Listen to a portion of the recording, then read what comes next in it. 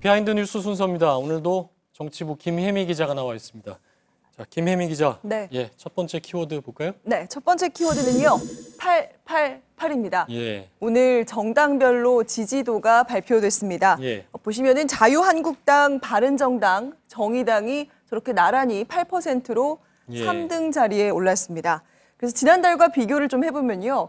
자유한국당이 약 절반 정도로 좀 떨어지면서 예.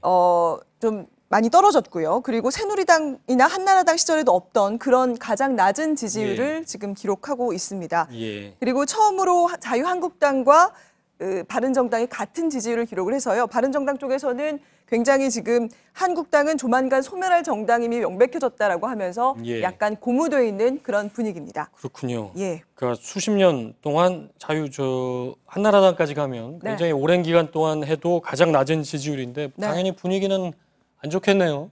네, 그렇습니다. 예. 그런데 이제 당 지지율 그 부분이 오차 범위 안에 있다고 하면서 일단은 의미를 두지 않겠다 이런 반응입니다. 그러면서 어제 오늘 자유한국당 1박 2일의 연찬회를 통해서 의지를 다졌는데요. 함께 들어보시죠. 우리 당을 한번 거듭 태어나도록 이번 기회에 한번 만들어보자. 이런 마음가짐만 우리가 확실히 하고 오늘 헤어진다고 한다면 저는 오늘 연습회의는 성공했다고 저는 감히 그렇게 평가를 하겠습니다. 예.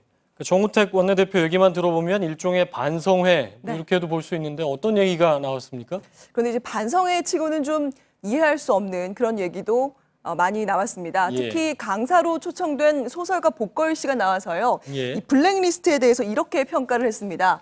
서투르긴 했지만 용감한 시도였다. 정부의 돈이 편협한 작품에 들어가는 건 막아야 한다. 이런 이유를 들면서 저런 발언을 했습니다. 실정법 위반으로 지금 재판 진행 중인데 저런 얘기를 했군요. 네, 그리고요 또 청년 쓴소리라는 이름으로 해서 청년들에게 쓴소리를 듣겠다. 이렇게 해놓고선 청년 패널이 부끄러운 줄 알아야 한다. 이렇게 말을 하니까 이런 자리에 와서 그런 발언을 하면 되겠냐고 되려 큰 소리를 치는 그런 광경도 있었습니다.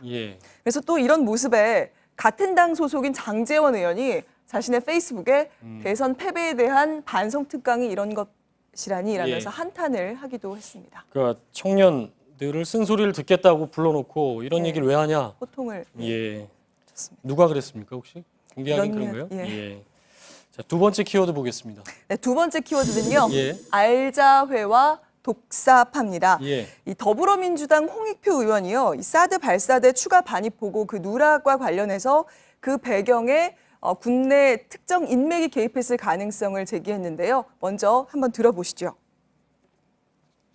지금 알자회뿐만 아니라 국내에서는 독사판이에서 특정 개인과 관련된 인맥들도 굉장히 횡행하고 있는데요. 특정 인들의 중심이 된 몇몇 사조직이 함께 결탁돼서 국내 여러 사안들이 좌지우지된 것이 아니냐. 알자회 이게 처음 나온 얘기는 아닌데. 네, 아닙니다. 알자회 독사파 이게 줄임말인가요? 네, 간단하게 좀 설명을 드리면요.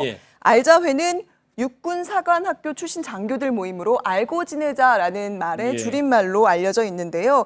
이 과거 12.12 사태를 주도했던 국내 사조직 하나회가 사라진 이후에 생긴 조직입니다. 그리고 독사파는 독일 육군사관학교로 연수를 다녀온 국내 그 인사들의 모임으로 김관진 전 안보실장이 이제 그 중에 한 명입니다.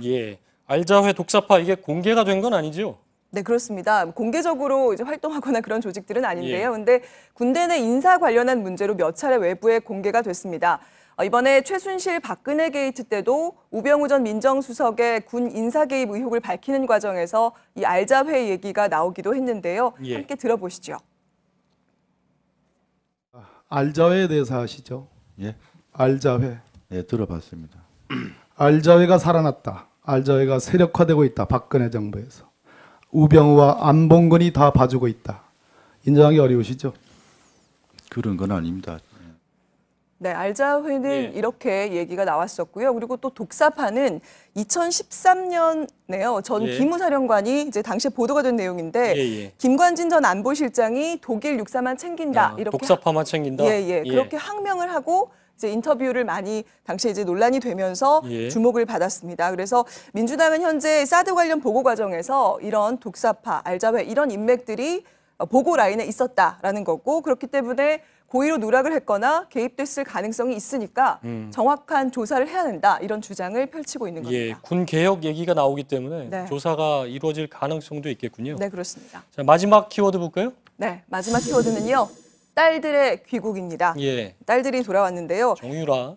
네, 맞습니다. 다른 딸은 누굽니까? 네, 다른 딸은요. 예. 프랑스 파리에서 붙잡힌 그 유섬나 씨가 조만간 송환된다는 소식입니다. 유병원 회장 딸이죠? 그렇습니다. 예.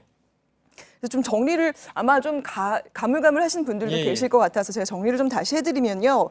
2014년에 세월호 참사 이후에 인천지검에서 그 유 전 회장의 장녀 유섬나 씨에게 출석 통보를 합니다.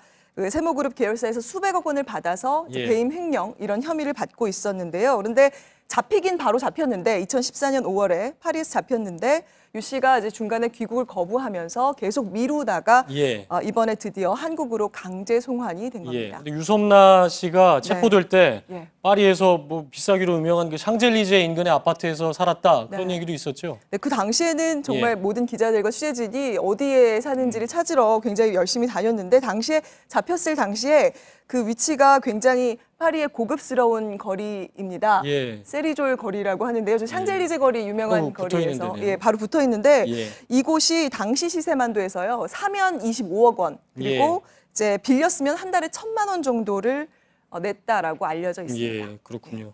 역시나 그 정유라 씨처럼 호화 생활을 했다 네, 뭐 이런 얘기인데 예, 그렇습니다. 계속 안 들어오려고 했잖아요. 이번에는 자진해서 귀국하겠다 이런 뜻을 밝힌 건가요? 그런 건 아닙니다. 예. 이번에도요. 한국에서는 정치적인 이유로 공정한 재판을 받을 수 없다. 이렇게 주장을 하면서 프랑스 최고 행정법원에 인도 명령 불복 소송이라는 걸 냈는데요. 예. 법원이 각하했습니다. 예. 받아들여주지 않은 거죠. 그래서 강제 송환이 되는 거고요. 마지막에 유 씨가 남은 카드가 유럽 인권재판소에 한국 송환이 부당하다 이렇게 제소를 하는 건데 예. 받아들여질 가능성이 높지 않고 또 아직 유 씨가 제소를 하진 않았다고 합니다. 예. 그러니까 예정대로라면 7일에 한국에 도착하고요. 예. 도착하자마자 검찰로 향하게 됩니다. 아들들도 기소가 됐기 때문에 기소 네. 가능성이 높다 이렇게 봐야 되겠죠. 네, 그렇습니다. 네, 정치부 김혜미 기자였습니다. 네.